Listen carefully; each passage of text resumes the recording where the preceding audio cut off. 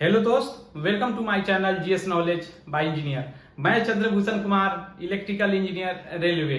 आज हम लोग पढ़ेंगे कोयला से प्राप्त पदार्थ के बारे में, अर्थात कोयला से प्राप्त किया जाता है कोक, कोल तार, कोल गैस, और कोक से प्राप्त किया जाता है जल गैस और वायु अंगार गैस की भी। ठीक ना? तो आइए देखते हैं। कोयला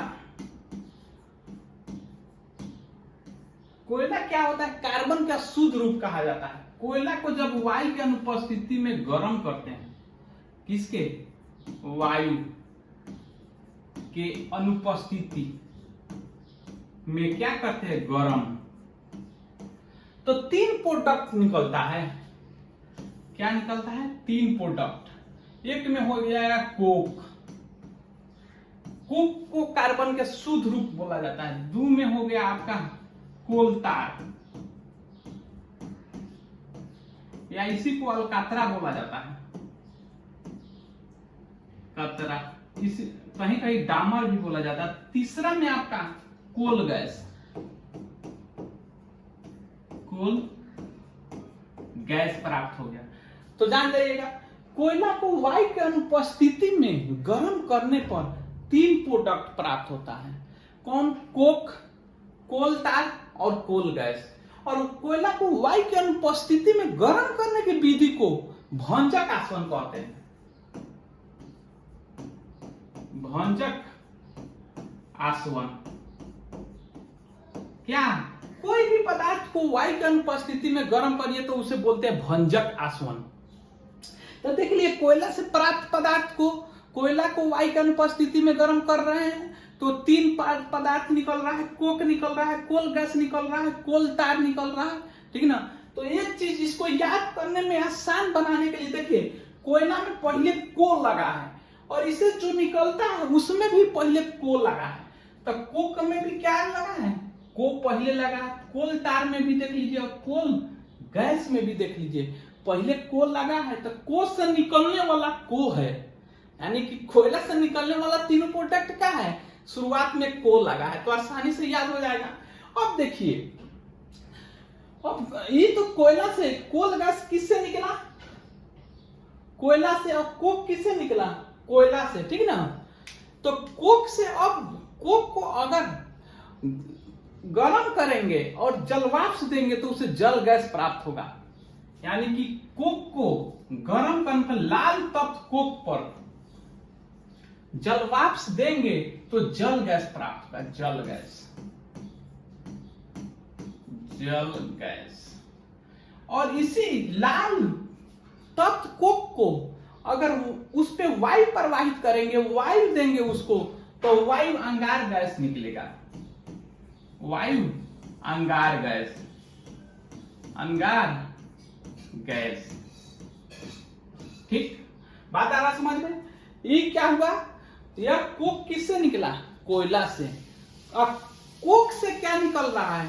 जल गैस, वायु अंगार गैस। जल गैस जो होता है उसको देख लेते हैं आप। अब देखिए जल गैस और वायु गैस के बारे में। कोक को जो है शुद्ध कार्बन के रूप बोला जाता है। इसमें जो होता है 98% जो होता है कार्बन होता है। इसमें 98% क्या होता है? कार्बन। इसलिए इसे शुद्ध कार्बन बोला जाता है। अब देखिए, कोक को कार्बन है। कोक क्या है? कार्बन का रूप है। तो लाल तत्व कोक पे, यानी कि कोक होगा, कार्बन होगा, गरम कार्बन होगा, गरम कार्बन होगा। तो अगर गरम कार्बन पे जलवाष्प देंगे, यानी कि जल की मात्रा H2 देंगे, H2O, तो ये क्या बनेगा? CO plus H2। और इसी कॉम्बिनेशन को क्या बोलते हैं? जल गैस बोलते हैं। इसी कॉम्बिनेशन को क्या बोलते हैं? जल गैस। बात आ रहा है समझ में? अब फिर देखिए, इसी कोक पर अगर फिर लाल तत्व कोक पे बोला जाता है, यानी कि कोक को गर्म करिएगा तो देखिएगा लाल हो जाता है। ठीक है ना? कोयला को जलाइए तो जब खूब गर्म होगा तो लाल कंट्रोल हो जाएगा। इसे अगर वायु देंगे, वायु जिसमें नाइट्रोजन भी रहता है, ऑक्सीजन भी रहता है, तो उससे जो बनेगा carbon monoxide plus nitrogen gas. तो वायु देंगे तो क्या, जल दिए तो जल पे नाम पड़ा, जल गैस पड़ा, ठीक है ना। तो वायु देंगे तो क्या होगा, वायु अंगार गैस नाम पड़ेगा। क्या नाम पड़ेगा, वायु अंगार गैस। तो इसका नाम क्या हो जाएगा, इसका नाम क्या हो जाएगा, वायु अंगार गैस, वायु अंगार गैस, या इसी को बोलते हैं प्रोड्यूसर गैस, प्रोड्यूसर गैस। बात आया समझ में बढ़िया से। प्रोड्यूसर गैस, आप लोग इसका स्क्रीनशॉट चाहे तो ले सकते हैं। क्या क्या देखे, कोयला को वायु की अनुपस्थिति में गर्म किए उस विधि को क्या देखें, भंजक आसवन बोलते हैं।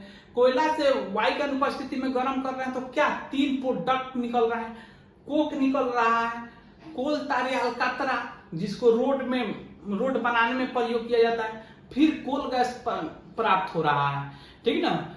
ये तीनों क्या है, नाम में को लगा है जो कि कोयला से प्राप्त है, कोयला में भी को लगा है इसलिए इसमें को लग गया है। अब देखिए कोक से, ये तो कोयला से प्राप्त हुआ 3 प्रोडक्ट, अब कोक से 2 प्रोडक्ट प्राप्त हो रहा है। क्या, जब लाल तप्त कोक या गर्म कोक पे जब जल वाष्प दे रहे हैं, जल की मात्रा दे रहे हैं, तो क्या बना रहा है, जल दे रहे हैं, तो उसी नाम से पड़ जा रहा है, जल गैस बना रहा है, CO+H2। अब वही लाल तप्त कोक पे वायु दे रहे हैं तो वायु से ही नाम पड़ जा रहा है वायु अंगार गैस या प्रोड्यूसर गैस। बढ़िया से समझ आया। अब देखिएगा कहीं कहीं क्वेश्चन में दे देता है कोक क्या है, तो कोयला के शुद्ध रूप है, ठीक ना, और इसका यूज दे देता है, कहां कहां प्रयोग होता है कोक का। ये जो कोक है,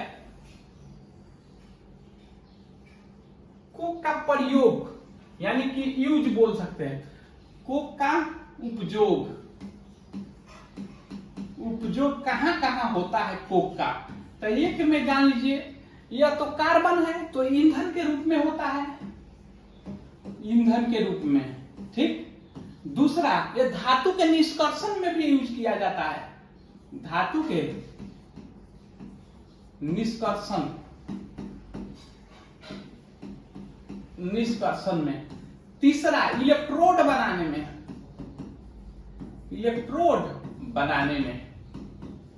बात आई समझ में। यह शुद्ध रूप है, इसमें 98% कोयला बोला जाता है। और वही कहा गया शुद्ध रूप कौन होता है, तो वो क्या होता है, कोयला शुद्ध रूप होता है, जबकि कोक शुद्ध रूप होता है। तो आशा करते हैं कि जितना भी पढ़ा है आप लोग को समझ आया होगा। अगर आप लोग को समझ आया होगा तो ठोकिए लाइक, ठोकिए सब्सक्राइब करिए। Thank you.